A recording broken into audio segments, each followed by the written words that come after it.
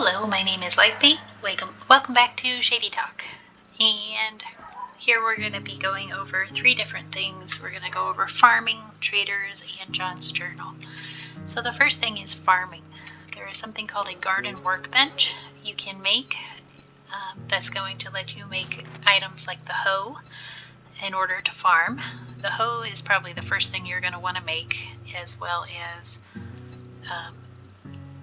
antifungal spray once you're able to. There are tools you have to put up here in order to unlock and craft some of the items, including a silver nugget. You can eventually craft a worm colony in order to make worms once you find enough, which you get by digging, and secrets of organic gardening, which I bought at one of the player shops because I haven't been able to find one, so thank you, General. The second thing is composters. So you can create these composters. They're pretty easy to make, and you can put any type of organic material into these in order to build up your compost here, and then you just craft the actual compost using the compost up there. And you can see it's already going in here. And so things like rotting flesh, goldenrod flowers, chrysanthemums, and then these plant remains that you'll find anytime that you're punching plants out in the wilderness. It can also be composted as well. Last but not least is the actual farming. So I have an underground farm, which just a heads up, if you haven't had an underground farm before, it does need access to light. So I have skylights in my roof in order to give it light. So you got your first seed, and things start growing, and this will have I'm bad with words. Farms will have different things that will slow them down unless you address them. So this one currently has weeds encroaching. I just use my hoe on it to clear up the weeds. Easy peasy. This young corn here is dry, so I'm going to use my water bucket, and it is going to use up one of these murky waters in order to water it. These are the main things you're going to need in order to care for your farm: murky water, worms, antifungal spray, and compost. This one is also dry, so I'm going to water that. Weeds encroaching, so just the hoe. That one is fine. Mild fungal infection, so this is going to use up my antifungal spray. And you right click in order to address these issues, by the way. So I'm right clicking with my hoe, right clicking. Yay, you guys get to watch me farm. So all these young chrysanthemums are purely because I don't have seeds to fill up my entire plot yet. But I still want to be getting XP out of these plots, so I've slowly been, as I find seeds, been replacing my chrysanthemums. The next thing is chicken coops. So this one here on the left is the normal sized chicken coops, and these 3 in the back are the large size. You simply craft the chicken coop using these items. You place it down, and then I think I only have one at the moment, but these blue cotton chicks are what you actually put into the chicken coop.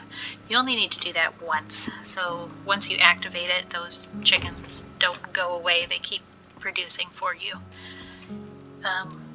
There are different stages. So currently, this one, since I just gathered, is in the nesting stage.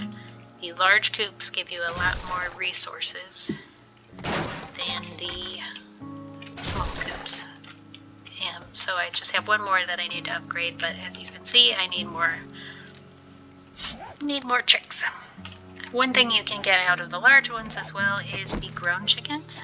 You simply put it on your bar, you equip it, and place the block.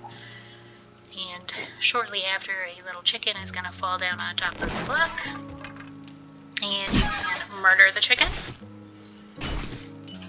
For the meat, bones, and feathers, another thing you can do with the chicken is just let it loose.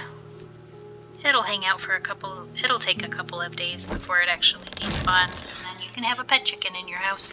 It will wander away if you don't have a completely enclosed area, though, just an FYI. This one is currently named Gwendolina. Last but not least, second to last but not least, we have traders and their personalities. So there are several different traders. Of course, Trader Joel is the one most people start off with. He's kind of the main trader here, and Trader Rect is another trader who is just such a pleasant personality, but his main thing is about farms. The reason I'm bringing traders up after speaking about farming is because Trader Rect is essential to actually starting a farm. He's the farmer trader, so he will sell seeds. They are extremely expensive, but it's kind of the only way to get seeds until you learn a recipe. So my suggestion would be the first seed recipe that you can learn, make as many of those as you can, chrysanthemums or cotton, depending which one you get, and start earning farming XP early on in order to get more benefit out of the useful plants once you actually get them. One thing to note is when you harvest, it's going to give you that seed back. They are so expensive, but it is a one-time investment.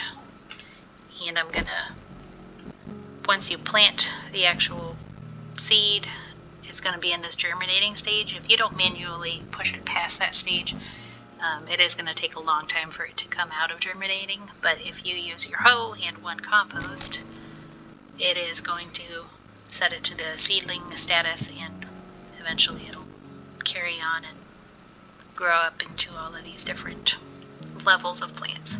The longer you let them grow, the more plants are basically going to level up, and you'll get more resources out of them. Last but not least is John's journal. This is just an FYI. I'm not going to do too much in the way of spoilers, but the John's journal items that you find in trash and stuff, just note that they can be crafted all into one big journal. I'm not going to say anything more than that, but don't throw away the John's journals. Alright, thank you very much for coming to my TikTok.